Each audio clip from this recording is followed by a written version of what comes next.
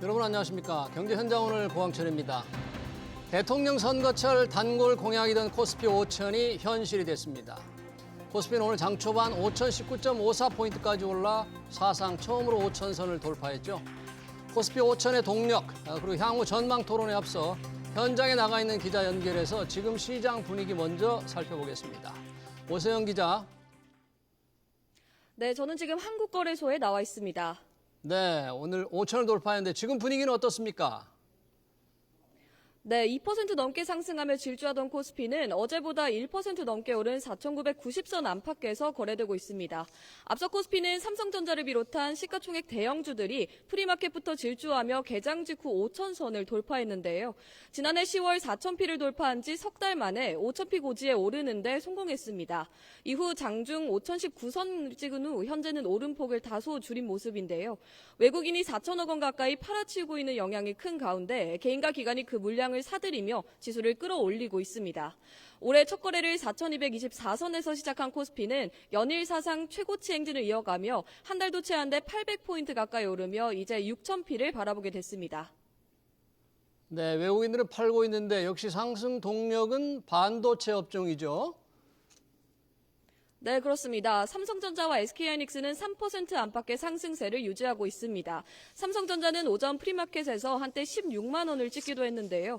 간밤 뉴욕 증시에서 반도체주들이 강세를 보인 영향을 받았습니다. 반도체주뿐만 아니라 2차 전지주 역시 지수를 견인하고 있습니다. 삼성 SDI 15% 정도 오르고 있고 LG에너지솔루션과 포스코퓨처엠도 5% 안팎의 상승세를 보이고 있습니다. 반면 현대차는 하락 전환에 2% 떨어지고 있는데요. 기아 역시 4% 하락하며 자동차주들이 힘을 쓰지 못하는 모습입니다.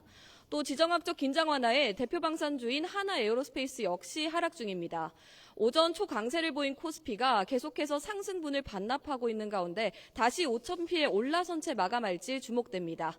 지금까지 한국거래소에서 SBS 비즈 오서영입니다. 네, 방금 보신 것처럼 코스피는 한 번도 가지 않은 길을 달리고 있습니다. 이제 관심은 지금까지 코스피를 밀어올린 주역이 그대로 유지될 것인지 아니면 새로운 주자가 나타날 것인지인데요. 장중 5천을 돌파한 코스피 얼마나 더 달릴지, 앞으로 주목해야 할 업종은 무엇인지 두 분과 얘기 나눠보겠습니다. 박상현 IM증권 리서치본부 전문위원 그리고 이경수 하나증권 수석 연구위원 나오셨습니다. 어서 오세요. 예, 네, 반갑습니다. 네, 증시는 기분 좋은 하루입니다. 코스피 5천 정말로 1년 전 불과 2,500이었는데 배가 올랐습니다. 이재명 대통령도 상당히 기분 좋을 것 같은데요. 5천이 이렇게 빨리 올 줄은 몰랐습니다만 오늘 달성한 건 아무래도 트럼프 미 대통령 덕이 아닌가. 박상현 의원님, 트럼프 대통령이 좀 5천 코스피를 좀 당겨준 셈이죠? 예, 뭐 5,000피 달성은 뭐 사실상 시간 문제였지만 뭐 말씀하신 대로 어제 트럼프 대통령이 그린란드 문제에 대해서 조금 이제 유화적인 뭐 우리가 지난해 많이 얘기했던 타코 또다시 결정적인 순간에 조금 뒤로 물러서는 모습을 좀 보이면서 글로벌 증시에 상당히 좀 안도감을 준 것이 뭐 최근에 이제 반도체 경기가 워낙 좋다라는 소리가 있는 상황에서 미국 어떤 트럼프 말 리스크 자체가 상당히 좀 완화된 것이 코스피 5천 달성을 조기에 이루는 어떤 중추적인 역할을 했다라고 봐야 될 것 같습니다. 네, 단기적으로 그린란드를 둘러싸고 이유와 갈등으로 셀 아메리카, 미국 자산을 팔 거라는 우려가 있었는데 관세를 철회하니까 그동안 상승 동력이 조금 꽃 피우듯 좀 올라섰는데요.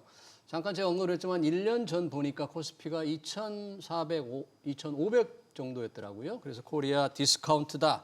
해서 상당히 불명예스러웠는데 1년을 돌아보면 이경수 의원님, 이 상승 동력 하나하나 좀 짚어볼까요? 일단 반도체의 이익이 폭증을 했다라는 측면으로 볼 수 있을 것 같고요. 지금 이제 올해 이제 삼성전자의 예상 영업이익이 130조에 근접을 하고 있습니다. 130조나. 하이닉스도 거의 100조에 근접을 하고 있고요. 이 추정치는 가파르게 올라가고 있는 과정이거든요. 그러면 이 컨센서스는 더 앞으로는 올라갈 것이다라고 추정을 하고 있습니다. 그러면서 지금 지수는 많이 올랐지만은 한국의 PER이 10배 수준에 머물고 있습니다. 10배다? 그렇죠. 실적 대비해서 지금 아직까지는 저평가된 그런 시총이라고 볼 수가 있는데요. 그만큼 이제 펀더멘털이 이 뒷받침이 되고 있는 건전한 상승이기 때문에 기본적으로 펀더멘털을 반영하는 시장 장세다 이렇게 평가를 할 수 있을 것 같고 이 센티먼트 측면에서도 보면 지금 이 미국의 중소형주가 강세를 보일 때 네. 한국에 또 폭증이 또 시작을 했거든요. 시장의 어떤 그 강세가. 예. 아무래도 이제 미국의 그 금리가 올라가고 있는 측면이 오히려 한국 증시에는 이득이 됐다 이렇게 평가를 하고 있습니다. 아, 미국 시장 금리가요? 그렇습니다. 네. 미국 금리가 올라가게 되면 전반적으로 이 안전 마진을 추구하려고 하는 투자자들의 어떤 자산 배분이 많이 시작을 하고 있는데요. 예. 그렇게 되게 되는데 그런 측면에서 한국인 밸류에이션이 좀 낮고 실적이 좀 좋은 측면이 상당히 크게 부각이 되고 있다. 그래서 예. 한국 증시의 어떤 그 수익률하고 미국 증시의 중형주의 수익률 그리고 가치주의 수익률 이런 것들은 상당히 연동성이 큽니다. 네. 아무래도 미국에서는 미국 안에서의 금리가 올라가는 부분이 빅테크의 어떤 높은 밸류에이션을 추가적으로 투자를 한다기보다는 네. 약간 그 투자의 대안이라든지 투자 매력도, 뭐 예일드 갭 이런 것들을 기반으로 저평가 가치주를 투자하는 그런 성향이 반영이 됐다. 이런 것들이 한국 증시에 분명히 긍정적인 영향을 미쳤을 것이다. 이렇게 생각을 하고 있습니다. 네. 지금 상승률이 워낙 높다 보니까 작년에 이어서 올해도 세계 주요국 증시에서 거의 1등이잖아요. 그러다 보니까 야, 너무 빨리 달리는 게 아니냐. 그런 이제 투자자들 사이의 불안감, 또 이렇게 너무 빨리 달리면 언젠가 금방 꺾일 거다 걱정이 있는데 잠깐 지금 주가 수익 비율이라든지 또는 PBR, 주가 순자산 비율 기준으로 봤을 때 그렇게 높은 수준이 아니다. 이렇게 지금 봐는 게 맞는 거예요? 예, 전체 시장으로 보면 맞는 분석인 것 같고요. 말씀하신 대로 지금 삼성전자하고 하이닉스가 올해 연간 실적이 뭐 예를 들어서 200조가 훨씬 200조가요. 넘는다라고 네. 하면 PER 10배를 곱하게 되면 이제 시가총액이 거의 2,000조가 사실은 넘어야 되는 단순 계산이 나오는 거니까요. 예. 뭐 그렇게 보면 지금의 흐름 자체에 대해서 뭐 과열을 조금 얘기하기는 너무 좀 이런 상황들로 봐야 될 것 같습니다. 예. 거기에 지금 뭐 이번에 트럼프 대통령이 연초부터 사실 뭐 예측 불가능한 여러 가지 정책을 내놓고 있지만 기본적인 어떤 목표 자체는 사실은 중간 선거의 승리인 부분들이고요. 11월 중간 선거. 네. 이제 그렇게 되면 그때까지는 뭐 증시라든지 경기를 계속해서 관리, 부양을 해야 되는 어떤 입장으로 좀 봐야 될 것 같습니다. 그래서 예. 미국의 흐름 자체가 뭐 연초에 자꾸 M7, 그러니까 메가니스트 7 지수 자체가 딱히 이렇게 오래도록 좋지는 않긴 하지만 반도체와 관련된 부분은 여전히 좋은 부분들이고 그 얘기는 결국 AI 사이클 자체가 여전히 강하다라는 부분을 좀 보여서 미국 증시와 상당 부분 이제 유동성이라든지 이러한 것들이 계속 보강이 되고 네. 또 반도체와 관련된 수요 자체가 계속 저렇게 좋다. 그러니까 1월 들어와서 20일까지 우리나라 수출이 지금 반도체 수출이 70%가 늘었습니다. 70%나요? 예. 그래요? 폭증을 하고 있는 상황들이고요. 그러니까 이게 수치로 사실은 다 보여주는 부분들이어서 그렇게 보면 국내 증시의 어떤 추가 상승 가능성은 여전히 좀 열려 있다라고 좀 봐야 될 것 같고요. 예. 다만 아쉬운 대목은 이게 확산이 되고 있지 못하다라는 부분. 그러니까 이게 쏠림 현상이 너무 이제 심한 현상으로 있어서 뭐 투자하시는 분 입장에서 보면 뭐 수익을 많이 얻으신 분도 있지만 사실은 코스피 5천이 왔지만 내 계좌에는 사실은 수익이 그렇게 안 되는 이러한 현상에 있어서는 사실은 국내 경기 회복에 대한 흐름 자체가 좀 더 강화될 필요가 조금 필요하지 않나 좀 생각도 하고 있습니다. 네, 대형주 위주의 쏠림 현상은 조금 여러 사람들에게 좀 실망도 주고 있는데 지금 삼성전자와 SK하이닉스 수익 전망을 얘기해 주셨습니다. 200조가 넘을 수도 있다. 그러면 지금 다들 생각하는 게 그겁니다. 수익이 늘어나서 주가가 더 오를 거라는 기대감은 많은데 경쟁 회사들, 뭐 대만이라든지 미국 회사들에 비해서 우리 삼성전자가 올라가는 기대만큼 수익에 대해서 주가 수준이 더 오를 여력이 정말 충분한가? 아니면 PER, PBR로 볼 때 이제 뭐 거의 정점에 왔나? 이제 좀 벗어나야 되나? 이런 생각을 해야 될 걱정이 많습니다. 비교해 보면 어떻습니까? 일단 삼성전자의 PR이 이제 올해 예상 기준으로만 9.7배 정도 되는 것 같고요. 지금 현재 주가 기준으로 봤을 때 하이닉스가 7.2배 정도 됩니다. 1년 선행 PER이 올해 그렇다는 얘기죠? 그렇죠. 올해 전체 이익 대비해서의 예상 PR. 대비해서. 근데 이제 삼성전자는 애플하고 이 방을 같이 씁니다. 하드웨어로 이제 구분이 되어 있어요. 그런데 이제 삼성전자가 하드웨어만 한 게 아니고 디램, 반도체도 하고 있잖아요. 그래서 어떻게 보면 지금 애플이 30배고 마이크론이 10배거든요. 마이크론 테크놀로지 10배. 예. 네. 매출 비중, 이익 비중 거의 반반이라고 치면 기본적으로 한 20배가 타깃이다. 그러면 지금 10배에서 20배 측면에서 조금 밸류에이션 갭이 어느 정도 좀 포텐셜이 남아있다. 이렇게 좀 판단하고 있고요. 상승 여력이 좀 있다고 봐야 맞습니다. 되고요. 네. 하이닉스는 100% 마이크론이죠. 마이크론이랑 거의 이제 비슷하게 HBM 관련한 컨셉 그리고 DRAM, 뭐 낸드 이렇게 하고 있는데 그런 측면에서 마이크론이 이제 10.5 5배 정도 됩니다. 마이크론 테크놀로지 그렇죠. PER은 10.5배. 지금 하이닉스 7.2배. 그러면 이것도 이제 갭이 좀 있는데 예. 삼성전자의 어떤 그 포텐셜보다는 조금 낮은 것이 아닌가. 아, 그리고 SK 하이닉스가? 아무래도 네. 이 마이크론은 이제 미국 선진국에 편입되어 있는 그런 이제 지수고 예. 그 지수에 이제 편입된 종목이고 네. 한국은 아무래도 아직까지 이제 이머징 지수기 때문에 그거에 있던 디스카운트를 반영을 한다라고 했을 때는 네.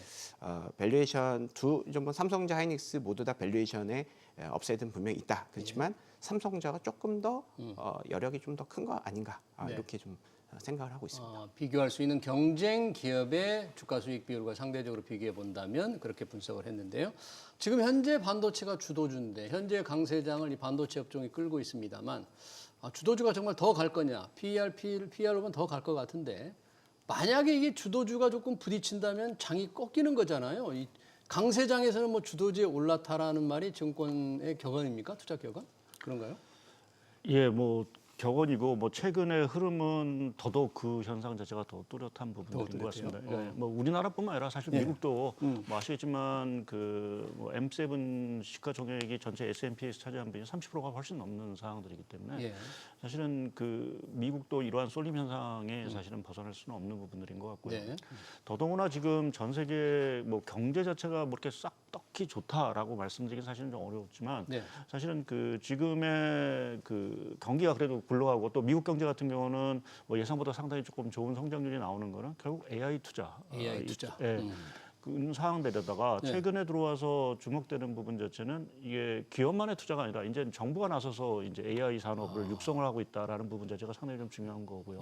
대표적으로 미국 같은 경우는 제네시스 미션이라는 AI 육성 산업 정책을 사실은 발표를 하고 우리도 예. 사실은 뭐 우리도 그런, 그렇죠. 예, 또 중국, 일본 예. 모든 국가가 나서서 사실은 좀 우리 투자. 뭐 국민성장 펀드들에서 예. 투자한다고 그러고요. 그러니까 AI 쪽에서 어떤 투자 자체는 생각보다 더 강해질 수밖에 없다라고 보면 예. 그것에 대한 낙수 효과 자체가 저희가 당초 기대했던 것보다 더 커질 수도 있다. 그러니까 그 수혜 자체를 삼성전자나 하이닉스 자체가 상당 부분 이제 가져갈 수 있는 네. 이 분위기 자체가 기본적으로는 뭐 말씀하신 대로 주도주에 올라탈 수밖에 없는. 네. 근데 나머지 부분에 있어의 투자 자체는 딱히 좋은 것들이 없으니까요. 그래요? 기업들의 어떤 이익 성장이라든지 이런 것들을 기대하지 못한 어떤 이러한 상황들인 것 같습니다. 그래서 뭐 아쉽지만 한편으로서 또 다행스러운 부분 자체가 네. 우리가 이러한 반도체 산업에 상당히 이제 주도력을 갖고 있다라는 부분에서 보게 되면 증시의 어떤 추가 상승 자체는 반도체가 여전히 좀 견인하지 않을까 좀 보고 있습니다. 산업적으로 우리가 삼성전자와 SK 하이닉스를 갖고 있다는 게 얼마나 축복이고 다행인지 모르겠는데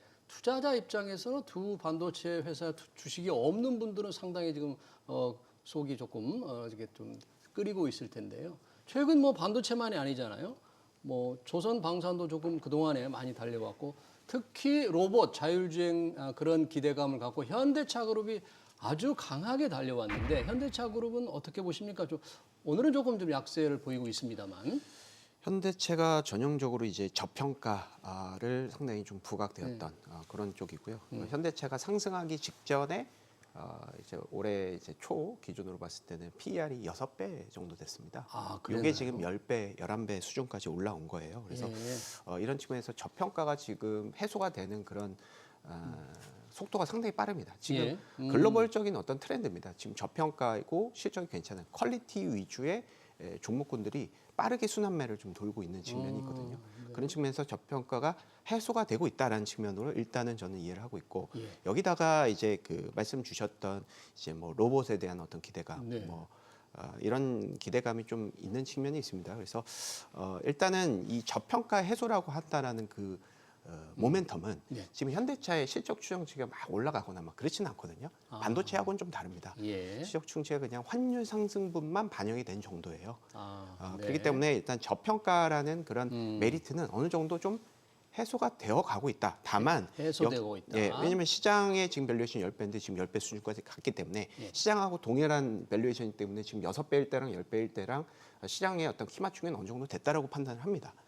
여기서 이제 실적이 엄청나게 상향 조정이 되어야 되는데 기본적으로 지금 로봇에 대한 매출이 당장 나올 것은 아닌 거죠. 그래서 이런 측면이 좀 약간 이슈가 되긴 하지만 어찌 됐건 이제 뭐 테슬라가 어떻게 BM이 돼서 그 현대차가 앞으로 이제 성공한다라는 그 가정을 봤을 때는 밸류에이션은 조금 더 열어놔도 되지 않을까라는 생각이 듭니다. 그래서 네. 저평가 메리트는 일단은 어느 정도 해소가 됐다. 그렇지만 플러스 알파의 미래의 어떤 그 기대감. 테슬라가 지금 200배거든요, PR이. PER 이요? 물론 똑같을 수가 없겠죠. 그렇죠. 그렇지만 그런 사업 구조로 계속해서 계속해서 좀 따라가고 그런 쪽으로 계속 기술이 개발이 되고 앞으로 우리가 관심을 가질 수 있다라고 한다면 밸류에이션 여력은 조금 더 있지 않을까 이렇게 판단하고 있습니다. 네, PER 기준으로 보면 이제 회복되는 평균을 받는 정도로 되고 있는데 한 단계 더 점프하려면 이제 이익이 분명히 늘어나는 분명한 신호가 있어야 될 거다 이렇게 주셨고요. 사실 이재명 정부의 증시 친화적인 여러 가지 제도와 정책, 법들이 이 증시를 또 밀어올리는 큰 동력이 되었습니다. 그중에 상법 개정안 작년 1, 2차 됐고요. 이제 3차 상법 개정이 눈앞에 두고 있는데 국회 법사위에 올라갈 것으로 이번 주 예상을 했습니다만 좀 미뤄지고 있습니다. 박상현 의원님, 이 이슈는 어떨까요? 상법 개정안의 이슈는 시장에 조금 좀 실망을 좀 줄까요? 이게 늦어지고 그러면? 글쎄요, 이제는 뭐 이런 말씀 드려서 약간 좀 잊혀진 이슈가 아닌가라는 잊혀져가는 이슈로 좀 봐야 될 것 같고요.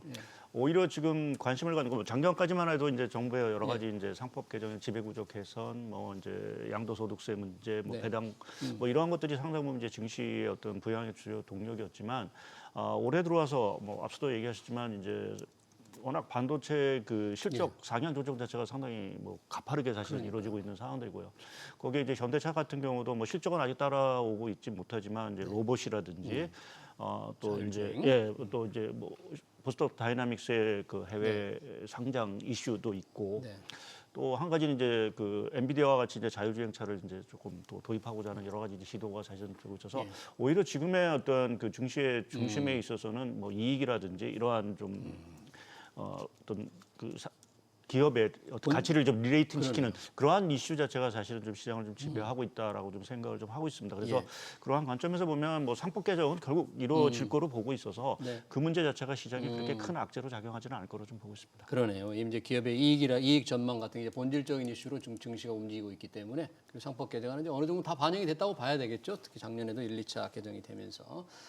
이렇게 우리 증시가 지금 불을 뿜고 있는데 개미 투자자들의 미국 주식 투자 열풍이 아직 식지 않는다고 합니다. 서학개미들. 정부는 이제 국장으로 당기기 위해서 여러 가지 세대 혜택을 주고 있습니다. 돌아오는 계좌에 대해서 세금도 깎아주겠다, 배당소 뭐 분리 과세하는 여러 가지 펀드도 만들겠다 그러는데 이 국내로 돌아오는 좀 움직임, 기대할 수 있을까요? 어느 정도는 뭐 수혜가 있을 수는 있겠죠. 예. 양도세 뭐 이제 5천만 원까지 뭐 1분기에 들어오면은 이제 혜택을 받는다는 거잖아요. 예. 그렇기 때문에 일단 해외 주식에 성과를 많이 내셨던 분들 그리고 국장에 대한 어떤 그 포모 의식을 가졌던 분들 네. 그런 이제 사업개미 분들께서는 어느 정도 돌아올 수 있는 그런 여지는 분명히 있을 것 같습니다. 1인당 5천만 원까지죠? 그게? 맞습니다. 예. 그렇지만 이제 그 본질적으로 보면 뭐 환율도 그렇고요. 그러니까 어찌됐건 이런 식으로 사업개미를 국내로 이제 되돌려는 그런 시도 자체가 예. 표면적으로는 그러니까 근본적인 건 아닌 거죠. 그러니까 펀더멘탈을 한국을 더 좋게 만들게끔 네. 법인을 조금 더 많이 지원을 한다거나 전체적인 포트폴리오를 너무 반도체에 쏠려 있는 것을 뭐 이제 뭐 여러 가지 포트폴리오로 조금 이제 하고 산업의 어떤 그 이제 여러 가지 지원들 이런 것들이 좀 많이 부각이 되어야 사실은 펀더멘탈로서 미국을 좀 이기고 당연히 이제 스마트 머니 측면으로 경기 성장률이라든지 기업이익 증가율이라든지 한국이 조금 더 매력적으로 만들고 나서 그리고 이런 식으로 수급에 대한 유도를 하는 것이 맞지 않나라는 생각을 개인적으로는 좀 갖고 있습니다. 그래서 일단은 이 효과는 한 반 정도 이렇게 뭐 강하지는 않을 것이다.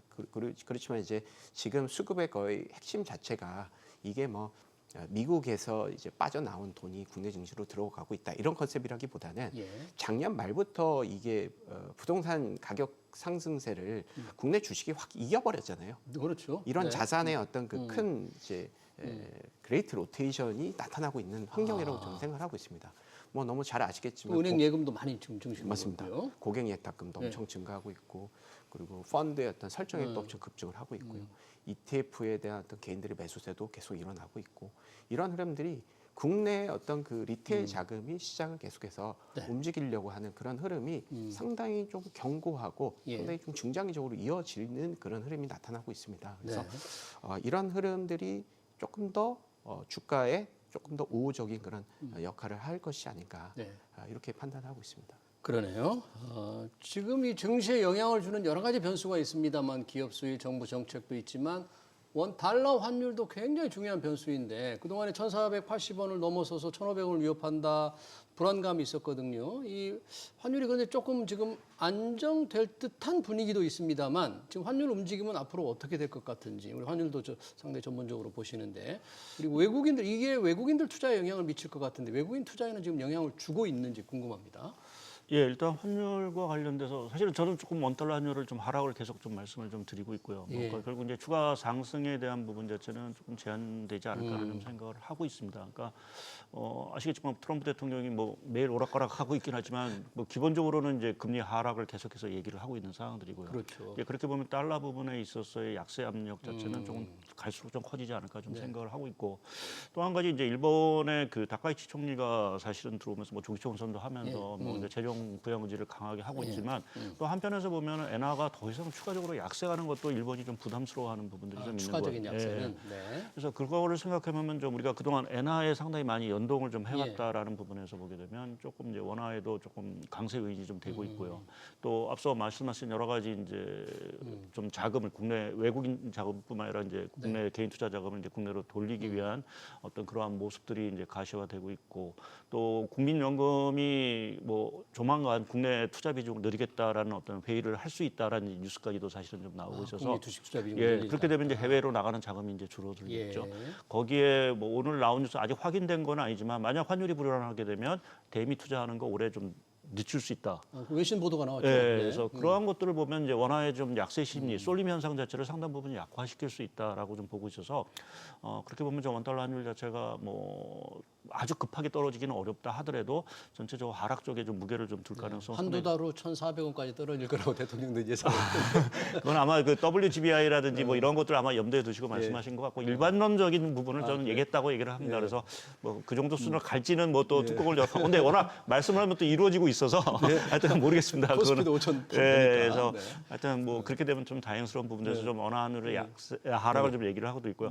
외국인 입장에서 보게 되면 지금 환율을 갖고 뭔가 외국인이 들어오고 나가고 하는 흐름은 아닌 것 같습니다. 예, 그러니까 뭔가 좀 뭐 여러 가지 글로벌 포트폴리오라든지 이러한 관점에서 국내를 이제 접근을 하고 있는 것 같고요. 다만 최근에 들어서 저는 좀 하나 안심인 게 이제 그린란드 사태라든지 베네수엘라 사태 이렇게 되면서 특히 이제 관세 문제 거기에 이제 타켓이 아시아가 좀 빠졌다라는 부분 자체는 오히려 조금 아시아 증시 자체가 상대적으로 좀 안전지대 역할을 할 수 있다라는 부분에서 외국인 자금 입장에서는 조금 더 유입에 대한 요인들이 좀 커지고 있지 않나 좀 보고 있습니다. 네, 그렇군요. 자, 지금 원화 환율에 외국인이 영향을 받지 않는다고 하는데 지금의 강세장 분위기치고는 외국인들의 순매수 강도가 좀 강하지 않아 보여요. 예전에 외국인들이 사면 주가가 오르고 팔면 떨어지곤 했잖아요. 지금은 좀 분위기가 다른데 외국인들의 매수 패턴에 조금 특징이 있어요? 뭐 왜 이렇죠? 약간 좀 타이밍을 고르는 게 아닌가 생각이 듭니다. 예, 코로나 이후 때도 우리가 이제 레벨업을 할 때 기본적으로 국내 개인 투자자들 위주로 지금 이제 매수세가 나타났던 그런 흐름이 지금하고 약간 비슷한 흐름이거든요. 그리고 최근에도 보면 뭐 이건 뭐 작년 하반기에도 똑같지만은 개인들이 항상 보면 패턴이 외국인하고 기관들이 팔면 사고요. 반대면 반대고 이런 식으로 그냥 받아주는 역할을 했는데 그렇기 때문에 상승 기여도가 거의 없었거든요.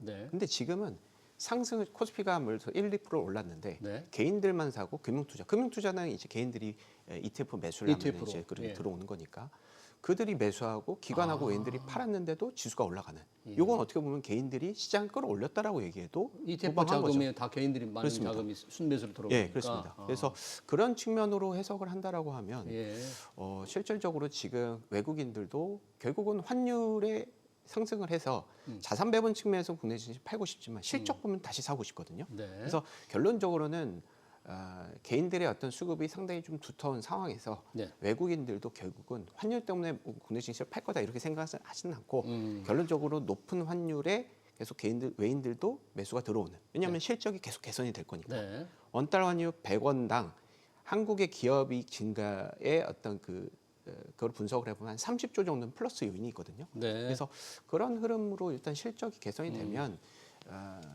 오히려 그 저평가 메리트, 펀더멘털 메리트 이런 것들로 다시 이제 들어올 수 있는 네. 그런 약간 좀 환율이 상승하지만 외국인들이 조금 후행적으로 매수하는 그런 흐름으로 저는 보고 있습니다. 그러니까 조금 긍정적으로만 본다면 외국인들이 그렇게 강한 매수를 보이지 않는데 주가가 오르니까 외국인들이 예전처럼 시장이 예전 강세일 때처럼 만약에 순매수를 조금 보여준다면 야 이건 상당히 수요 측면에서 주식 매수 수요가 크게 커지지 않을까 뭐 이런 생각도 들어서 그런 걸 물어봤고요.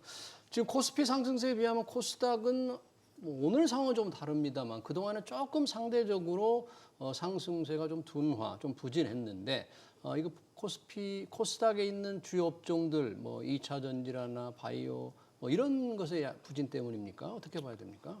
예, 뭐 전반적으로 이제 그 시총 그 상위 업종 자체 업황 자체가 딱히 이렇게 좋은 부분들은 아닌 게 일단은 좀 큰 것 같고요. 특히 이제 뭐 바이오 같은 경우는 뭐 이제 뭐 성장 산업이긴 하지만 네. 그래도 뭐 여러 가지 저금리 상황이라든지 이러한 조건이 맞춰줘야 되고 또 이제 트럼프 대통령이 아시겠지만 약가 인하 정책을 계속하고 하는 이러한 흐름이 조금 이제 부정적인 영향을 미치고 보다 궁극적으로 이제 코스닥 시장이 좀 제대로 못 오르는 부분에 있어서는 결국 이제 이익인데요. 그 이익에 있어서의 가장 중요한 거는 내수 경기 자체가 상당히 아직은 부진하다라는 얘기를 좀 드릴 수 있을 것 같습니다. 네, 그러니까 내수가요. 예, 오늘도 뭐 4분기 우리나라 성장이 나왔지만 역성장이 나왔습니다. 오늘 코스피 5천원 찍었지만 그렇더라고요. 예, 성장은 역성장이 나왔는데 그 부분이 건설 투자라든지 뭐 내수 경기 자체가 여전히 좀 부진한 상황들이고요. 이제 그러한 흐름이 아무래도 이제 좀 코스닥 시장에 좀 반영이 되는 것 같고 또 이제 과거 이제 그 대기업들, 그러니까 뭐 아무래도 삼성전자, 현대차라든지 이러한 쪽이 좋은 이제 낙수 효과 자체가 상당히 있었는데 네.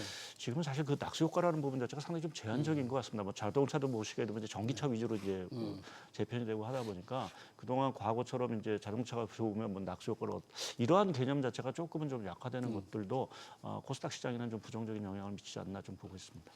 자, 이제 관심은 코스피 5천을 오늘 한번 찍었는데요. 한번 밟았는데 안착할 것인가?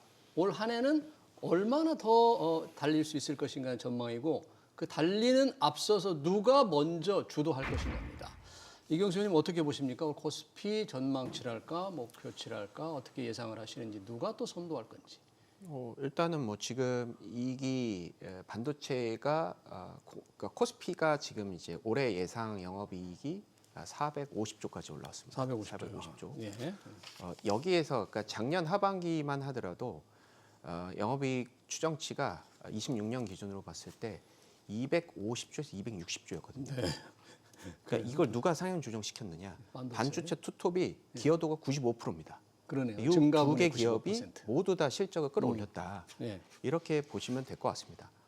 반대로 얘기하면 이 두 개 업종, 이 두 개 종목이 없으면 코스피는 우리가 지금 생각할 수가 없는 거죠. 5천은 상상할 수도 없겠네요. 그렇습니다. 그래서 일단은 반도체가 이제 시장이 상당히 높은 상황에서 네. 계속해서 고평가 논란에 대한 이제 어떤 의문을 제기할 때 실적이 나오는 쪽이 어떻게 보면 이걸 방어를 해줘야 되는 거잖아요. 예. 그래서 그런 측면에서 이 선도는 항상 반도체가 반도체. 들어갈 것이다. 예. 반도체 오어 다이다라고 생각합니다. 반도체가 안 되면 예. 나머지가 이렇게 실적을 이런 밸류에이션을 어떻게 지금 이제 지탱을 할 수가 없습니다. 예. 그래서 일단 반도체가 주도를 할 것이다. 예. 이런 상황에서 어찌됐든 보면 좀 전에 말씀드렸다시피 지금 저평가 어느 정도 저평가 종목군들을 계속해서 좀 이제 순환매 현상이 좀 많이 일어나고 있거든요. 저평가 종목이라든지 업종을 어떤 게 좀 관심을 기울일 수 있어요? 지금 약간 좀 이제 초기인 것 같은데 예. 반도체 상승은 유지하지만 그렇지만 이 시장하고 갭이 좀 벌어질 수 있는 그런 저평가 종목. 예를 들면 저 개인적인 생각이지만 네. 뭐 금융 쪽. 금융. 금융 쪽도 지금 밸류에이션이 좀 많이 시장 네. 대비해서 벌어진 측면이 있고요. 네. 그리고 유통 업종, 유통. 지주회사 네. 이런 업종군들, 뭐 일부 이제 뭐 시크릿컬 업종도 그렇고, 네. 뭐 철강 쪽도 그렇고요. 음. 오늘도 이제 현대제철이 상당히 좀 저평가가 부각이 되면서 또 급등하는 현상이 일어났습니다. 그래서 지금은 반도체 외에는 다른 종목군들은 순환매 측면으로 보여될 수가 있다. 왜냐하면 다른 종목군들은 실적이 개선되는 메리트가 아니라 저평가의 메리트가 되는 거죠. 네. 시장과의 어떤 그 갭이 PER이 계속 벌어지고 있는 그런 메리트는 네. 순환적으로 좀 채워질 수 있을 것이다. 네. 이렇게 좀 판단을 하고 하고 있습니다. 네. 박상현 의원님은 어떻게 보십니까? 꼭 우리가 반도체가 물론 주도할 것이라는 게 이제 일반적인 전망입니다만 거기에 뭐 올라타고 싶은 사람도 있겠지만 좀 너무 오른 것 같아. 다른 좀 괜찮은 주식이 없을까? 이렇게 쳐다보고 싶은 사람들한테는 조금 한번 주목을 할 만한 권장할 분야가 있습니까? 네, 지금 솔직히 말씀드려서 딱히 그래요. 역시 반도체. 예, 그래서 오히려 그냥 좀 마음 편하시게 코스닥 뭐 대표 지수를 그냥 사시는 게 지수 추정. 예, 주수 추정 뭐 ETF라든지 이런 네. 것들을 하시는 게 오히려 조금은 좀 안전한 선택이 되지 않을까라는 좀 생각을 하고 있고요. 물론 네. 이제 일부 업종에서 이제 좀 바닥이 좀 확인되는 뭐 예를 들어서 올 초부터 시작하면 건설주가 상당히 좀 많이 올랐습니다. 그래요? 예, 그러니까 그런 것들이 이제 좀 이제 건설주가 좀 바닥을 좀 통과한 것이 아닌가 하는 기대감이 있는데 이제 그러한 업종이 조금씩 나오게 이제 시작을 하면 그러한 부분은 좀 유의 있게 좀 볼 필요는 좀 있을 것 같습니다. 네. 올 한 해 새로 코스피 목표치 같은 걸 바로 조정을 했습니까? 하나증권 같은 경우에 혹시? 맞습니다. 얼마로? 연초에 저희가 5,600 정도로 저희가 기억을 하고 있는데요. 예. 그 정도로 좀 많이 그래서 적극적으로 사용 조정을 하고 있습니다. 네, 알겠습니다. 사상 처음으로 코스피 5천을 돌파한 시장 동향과 투자 전략까지 관련 토론 여기서 마치겠습니다. 지금까지 박상현 IM증권 리서치본부 전문위원, 이경수 하나증권 수석 연구위원이었습니다. 고맙습니다. 감사합니다.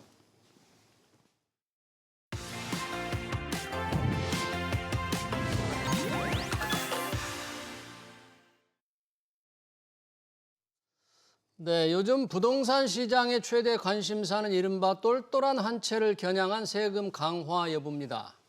이재명 대통령은 어제 신년 기자회견에서 부동산 세금에 대해 비교적 상세한 입장을 밝혔죠. 세금 규제는 마지막 수단으로 생각하고 있다고 했는데 발동이 될지 안 될지, 부동산 시장은 어떻게 움직일지 윤수민 NH농협은행 부동산 전문위원 모시고 자세한 얘기 들어보겠습니다. 위원님 어서 오세요. 네, 안녕하십니까. 자, 이 주식시장 정말 코스피 5천을 달성했는데 부동산 시장도 만만치 않네요. 우리 한국 부동산은 방금 최근 주간 아파트 통계가 발표됐는데 상승세가 혹시 더 커졌습니까? 어떻습니까? 예, 일단 전국 기준으로 봤을 때 예. 1월 첫 주에 비해서 지금 0.06, 0.07, 0.09% 상승으로 나왔는데요. 예. 사실 뭐 일정한 수준으로 올라가는 것처럼 이제 전국으로 나타나는데 네. 사실 가장 관심이 높은 곳이 서울이듯이 네. 서울의 상승폭이 조금은 차이를 보이고 있습니다. 일단 1월 첫 주에 0.18% 상승이었던 것이 예. 0.21%로 상승폭을 조금 키우더니 네. 오늘 발표된 자료로는 0.29% 상승으로 조금 상승폭이 좀 커지는 모습을 보이고 있습니다. 더 지금 커졌네요. 예, 그래프에서 보시는 것처럼 예. 이 상승하는 기울기가 커졌다라는 것은 사실 저희가 그 11호 대책 전후로 봤을 때 그런 이제 상승폭이 커졌던 흐름들을 다시 보이는 거 아니냐라는 식의 이제 흐름으로 보여질 수 있기 때문에 네. 그런 부분들이 조금 이제 이번 주 지표상 눈여겨볼 부분이지 않나라고 생각되는 것 같습니다. 예. 혹시 서울의 경우에 지금 0.29%면 꽤 높은 상승률로 보이는데 네. 구별로라든지 조금 어떤 분위기, 어떤 예. 차이가 조금 있나요? 뭐 역시 강남 3구가 그렇습니까? 아니면 그 외에 조금 값이 조금 낮은 지역이 좀 그렇습니까?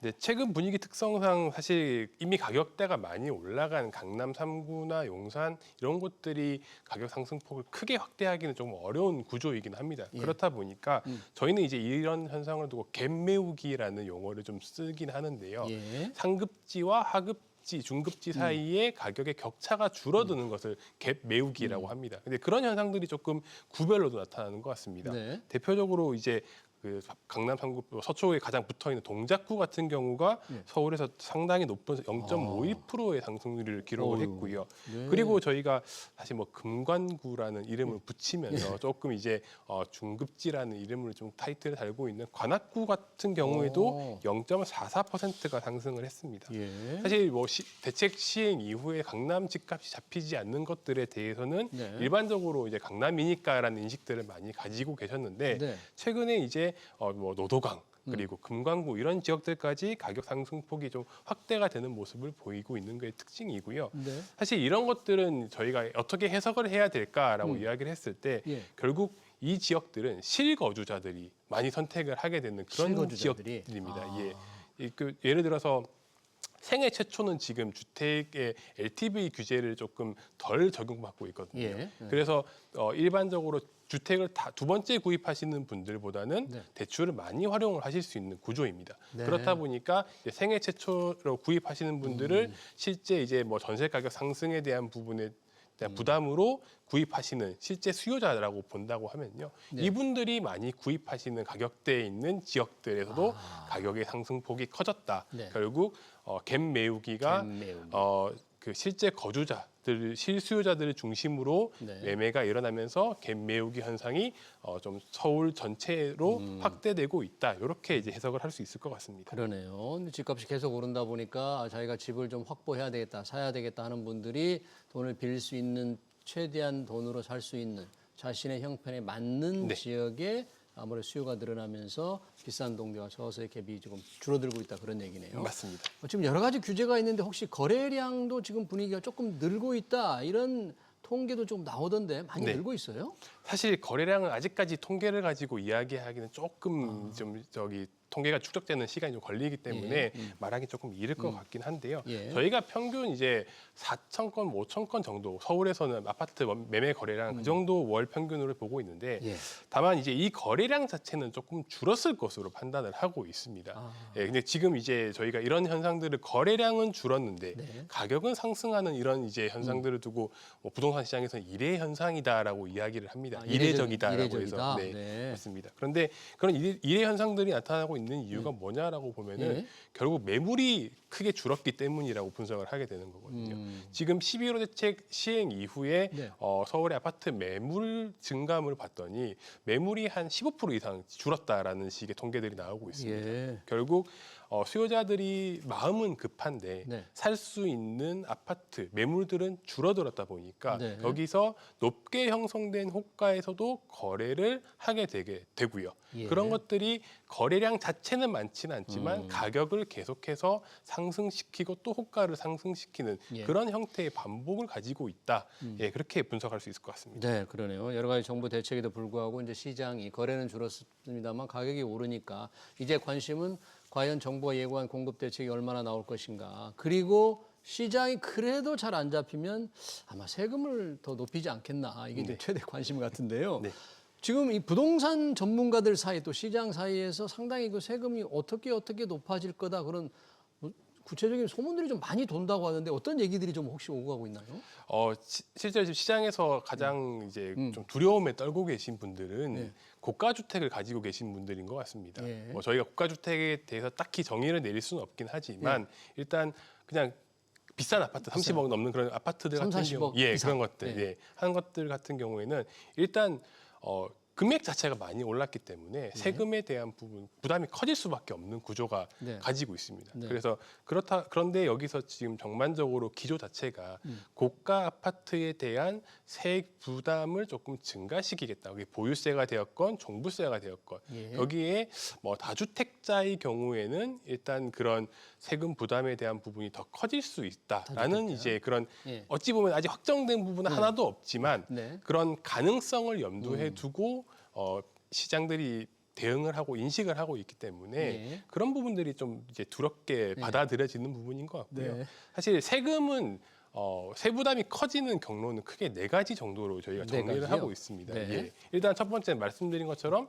주택 가격이 올라가면은 당연히 세 부담은 커지게 될 그렇죠. 겁니다. 그건 자정스럽게. 예. 네. 그리고 두 번째는 직접적으로 세율을 올리는 부분이 그렇죠. 있습니다. 세율. 세 번째가 이제 공정시장가액 비율이라고 해서 네. 그것을 그 지표를 올리는 것, 비율을 올리는 것, 예. 그리고 공시가격 현실화율을 올리는 것 이렇게 총 4가지 정도를 가지고 보유세를 올릴 수 있다라고 이제 이야기를 하는데요. 예. 일단 첫 번째로 가격이 특히 고가 아파트들 중심으로 많이 올라갔기 때문에 네. 세 부담이 작년에 비해서 올해 크게 증가하는 것은 뭐 사실입니다. 네. 그리고 지금 일단 뭐 세율은 건들지 않을 것 같다라고 이야기를 하고 있는 게 세율은요? 일반적인 네. 분위기이고요. 예. 세 번째가 이제 공정시장 가액 비율 같은 경우에는 이게 종부세와 재산세가 따로따로 지금 적용이 될 수 있는데 예. 네, 그 부분들도 좀 종부세에 대해서는 조금 더 비율이 높아지고 상향이 될 수 있지 않을까라는 그런 추측들은 조금 하게 되는 것 같습니다. 이게 뭐 사실상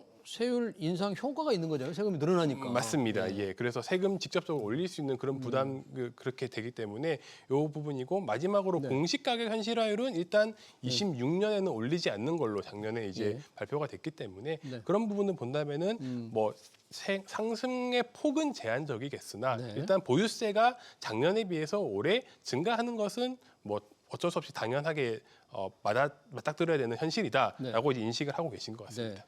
어제 이재명 대통령이 세금에 대해서 좀 상세한 입장을 좀 비교적 길게 밝혔습니다. 특히 세금 문제에 대해서 세제를 통해서 부동산 정책하는 것 당분간 고려하지 않는다. 그러니까 뭐 세율을 올리거나 하는 건 없을 것 같다는 점을 시사했는데, 하지만 세금이 유효한 수단이어서 뭐 안 쓸 이유가 없다. 뭐 이렇게 또 얘기를 했는데요. 네. 가장 관심을 끌었던 게 아까 말씀하신 대로 이제 비싼 아파트에 대해서 보유세, 특히 이제 종부세를 어떻게 할 거냐 그러는데, 오래 갖고 있다고 해서 지금 세금을 깎아주는 제도가 있잖아요. 네. 장기 보유 특별 공제. 맞습니다. 근데 이 부분이 1주택자도 있고 2주택 이상 다주택자도 있을 텐데, 이 부분 좀 어떻게 얘기가 되고 있는지 어제 이재명 대통령의 얘기만으로 좀 선명치가 않은 것 같아요.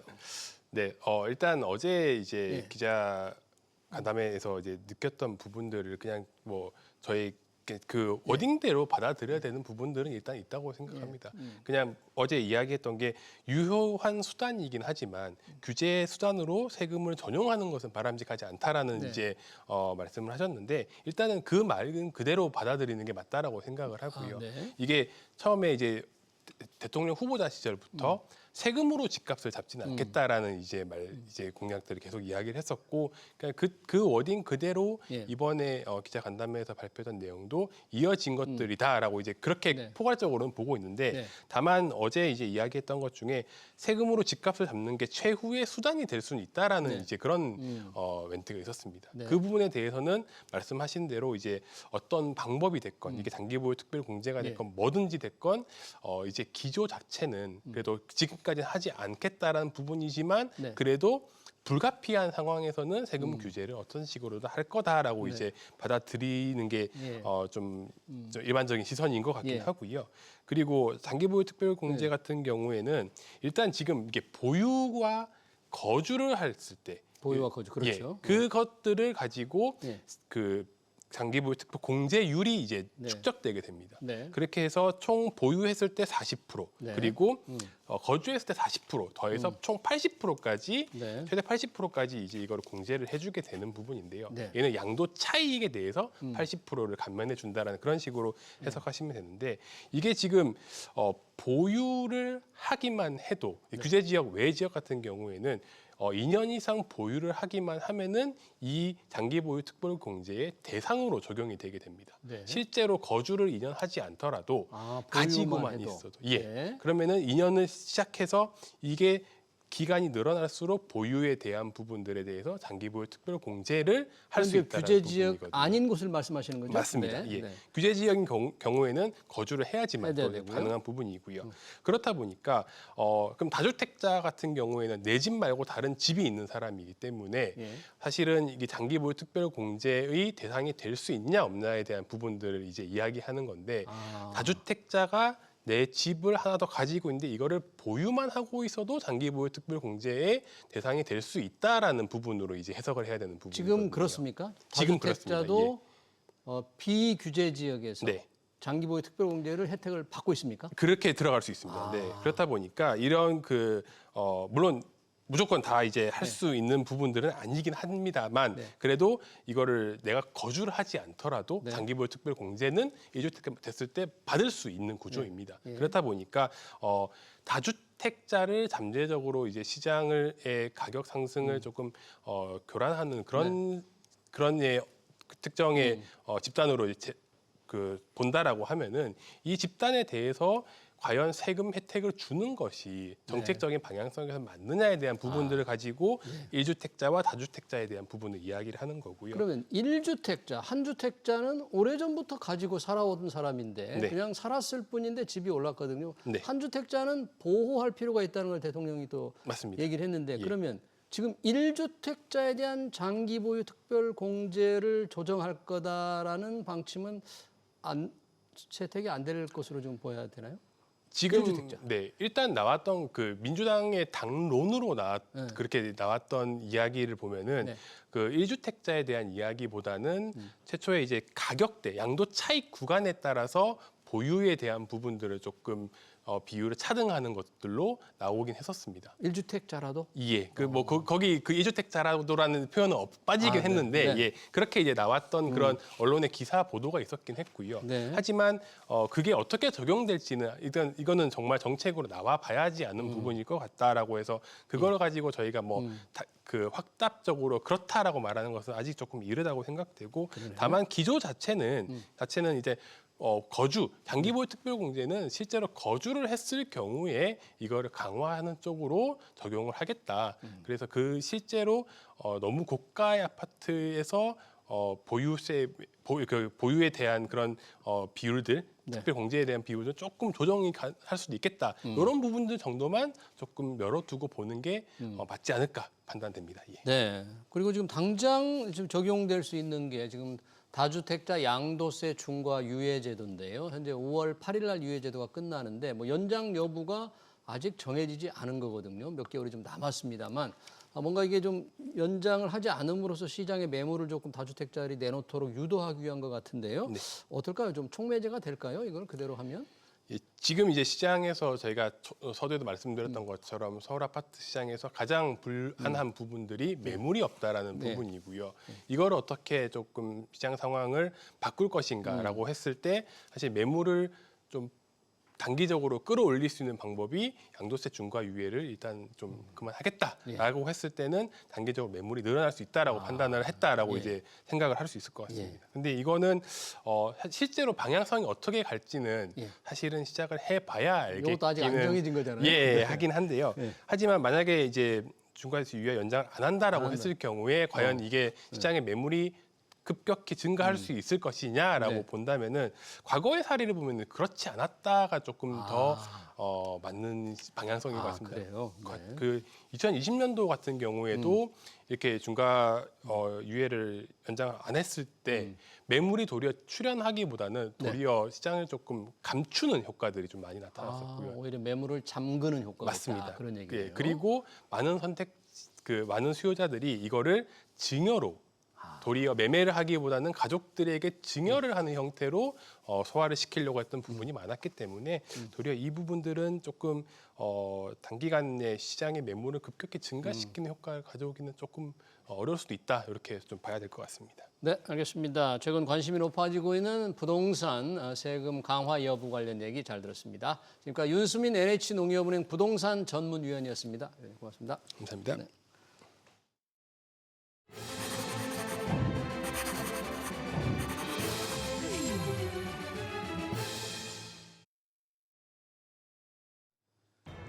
네, 코스피가 꿈의 고지 5천을 찍었습니다. 기대보다 빨리 왔습니다. 불쏘시개는 이재명 정부의 증시 친화적인 정책이었죠. 화력을 높인 것은 AI 붐이었습니다. 자율주행과 로봇 시스템으로 대전환을 시도하는 현대차그룹과 독보적인 기술력을 자랑하는 조선업, 그리고 실전 능력까지 갖춘 방산이 여기에 기름을 부었습니다. 코스피 5천 안착을 넘어 코리아 프리미엄이라는 또 다른 꿈을 꿉니다. 기업 수익이 관건입니다. 기업을 옥죄는 노동법, 그리고 혁신을 가로막는 규제를 개혁하면 못 이룰 것도 없습니다. SBS 비즈 경제 현장 오늘 여기서 마치겠습니다. 시청해주신 여러분 고맙습니다.